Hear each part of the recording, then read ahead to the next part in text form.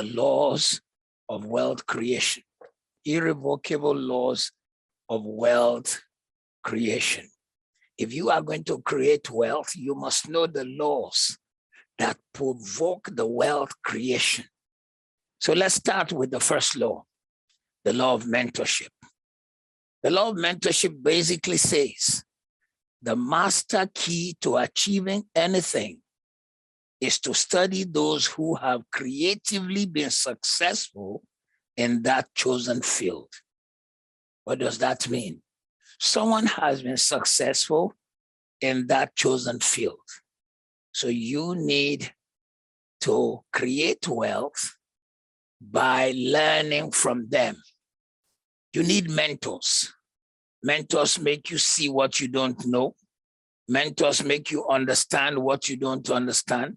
Mentors direct your life. Mentors help you because they have been where you have never been.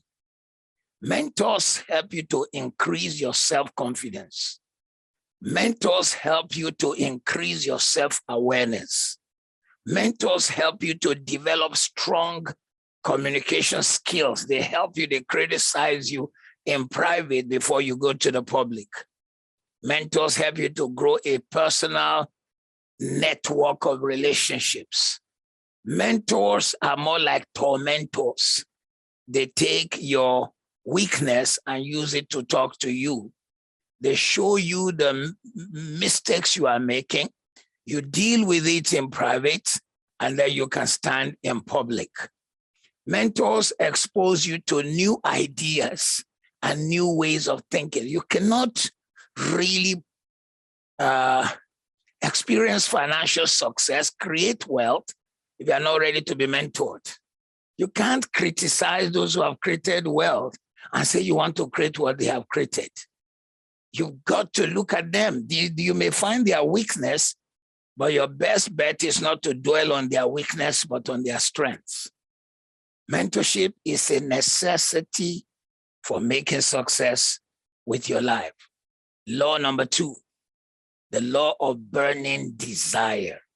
This law basically says the motivation to acquire wealth must be accompanied by a burning desire for wealth creation.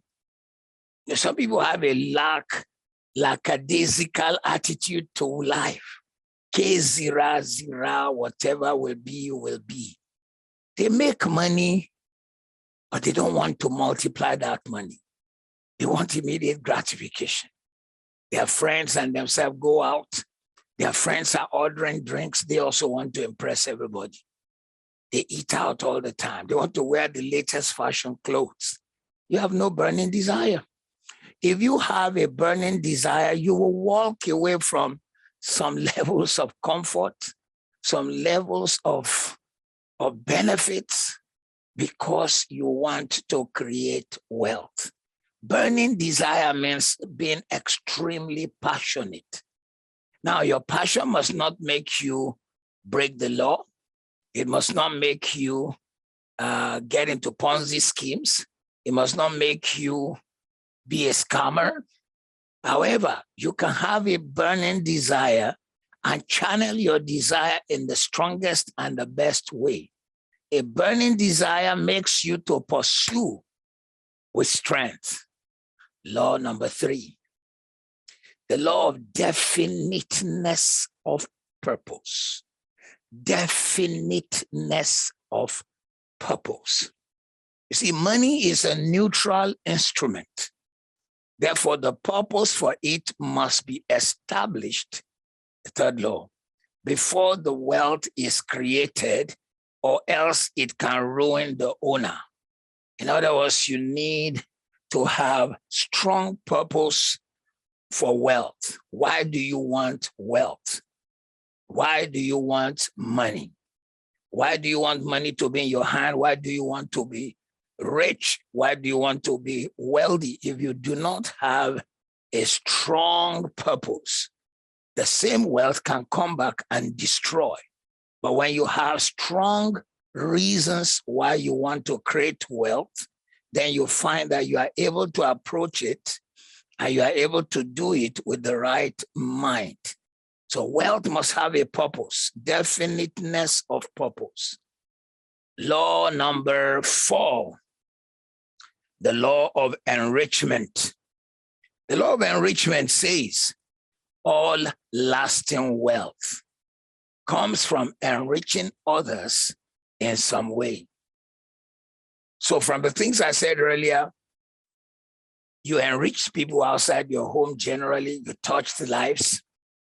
But when you are creating wealth, you need to look at enriching your children, enriching your grandchildren, enriching your great-grandchildren. So you are enriching other people. That power to look beyond yourself and make something available for generations to come makes you to now not rest on your oars. Because listen, the difference between billionaires and millionaires is the fact that when people become millionaires and multi-millionaires, something in their brain tells them you have too much, you can't spend it. Rest, go and take care of yourself. So some have reached 100 million, 200 million, 300 million, 400 million, and they have stopped what they used to do that provoked the money to increase. The only way to continue your enrichment vision is to see generationally beyond yourself the number of people you can touch and the number of people you can reach. Entrepreneurship. This is so major, very major. The law of entrepreneurship basically says more people become wealthy. Don't forget this, everyone on the Wealth Academy. More people become wealthy by starting and building their own successful business than by all other ways on earth.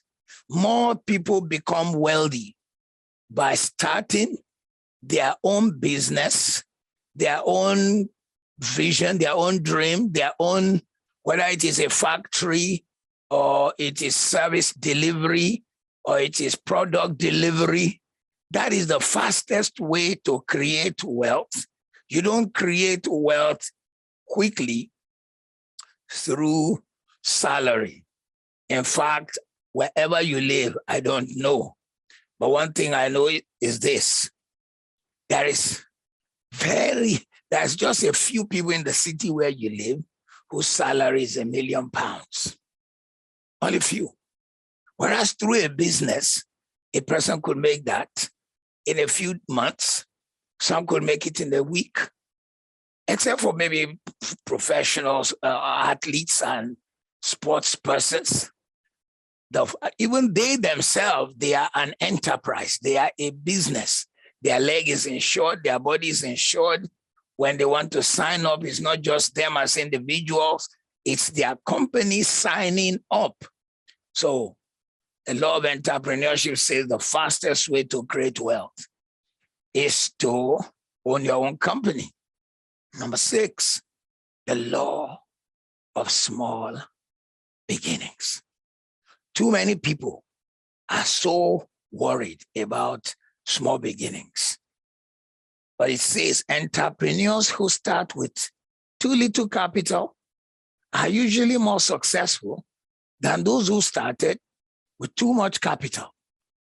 When you have too little capital, your hunger pang is stronger and you are able to push harder and you don't wait for anybody because you know I have to make something happen out of this small.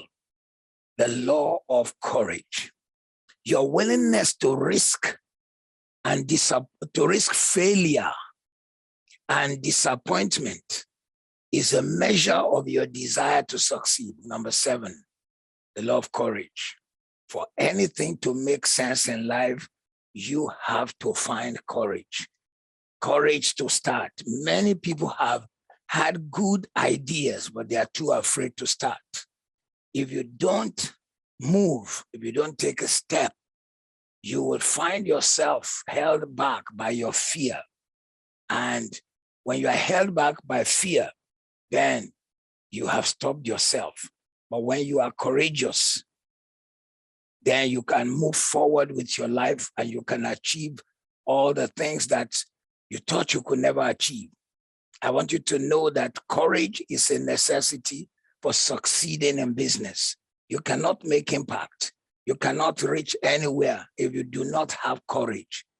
Law number 8 says there is a direct relationship between the level of risk and the likelihood of success in the world of wealth creation. Risk. So when we say risk, what do we mean? Risk is not a foolish throwing away of caution, but risk is taking calculated risk in building wealth. For example, in investment, the level of risk you are ready to take determines the level of derivation. Some people do not want to take risk, so they leave their money in a savings account.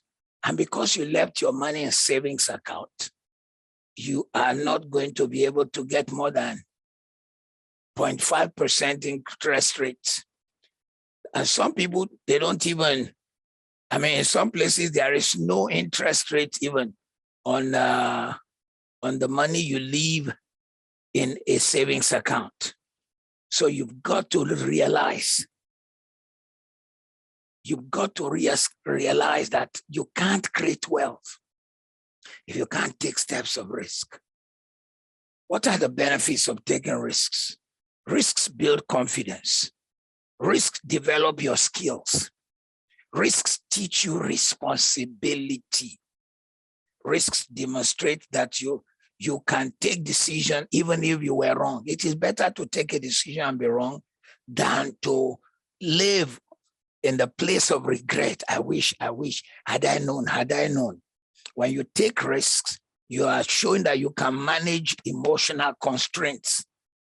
Embracing risk helps you to overcome the fear of failure. So if you are going to create wealth, for example, if you're going to buy shares, stocks, if you're going to buy property, you can't keep saying, I don't want the one that will not go down. Nobody can give you 110% guarantee that there will be no risk levels in your business. No one. There is no wealthy person you hear of today who have not once lost money. Law number 9 is the law of undue, unusual positiveness. Undue, unusual positiveness. This law of unusual positiveness, I can almost connect it to the law of risk. It says expectancy of success can lead to both the failures and success of a new business venture. But you must have this expectancy of success. You must have undue, unusual positiveness. However, you must know that in building business, failures can come, but it must not stop you. Undue, unusual positiveness. Some people are too positive. They say, nothing can go wrong. It says if you persist long enough, you will inevitably succeed. So persistence is a necessity for building wealth. Nobody who tries poorly and moves on can ever build anything awesome. So you have to persist. The difference between those who fail and those who succeed is often here. Somebody stayed on. Number 11, the law of divine assistance. In all of these things, law of divine assistance says God will make heavenly and earthly resources for wealth creation available to you in answer to corresponding faith and action. Oftentimes when people teach the laws of wealth creation, they miss out the law of divine assistance. Because where you have the law of divine assistance at work, you might just exceed your colleagues, your friends, your fellows. Why? Because God is making resources for wealth creation available to you in answer to your corresponding faith. The last law we consider today is the law of time management. The law of time management says if life is measured in terms of time, then time wasted is abused. Time management is probably one of the most crucial to you creating wealth. If you cannot manage time, you cannot manage wealth. That is the truth. If you cannot manage time, you cannot manage wealth. When you manage time, you are stress-free because you know how to do things at the right time. When you manage time, you have a better work-balanced life. When you manage time, you have more time freedom. And those who are, the poor people are the ones who always complain of no time. Wealthy people know how to do multiple things and do it well because they know the value of time. When you manage time, your life has greater focus. And let me close by saying when you manage time, you have higher levels of productivity. I do hope today we really stretch your mind with these laws of wealth creation.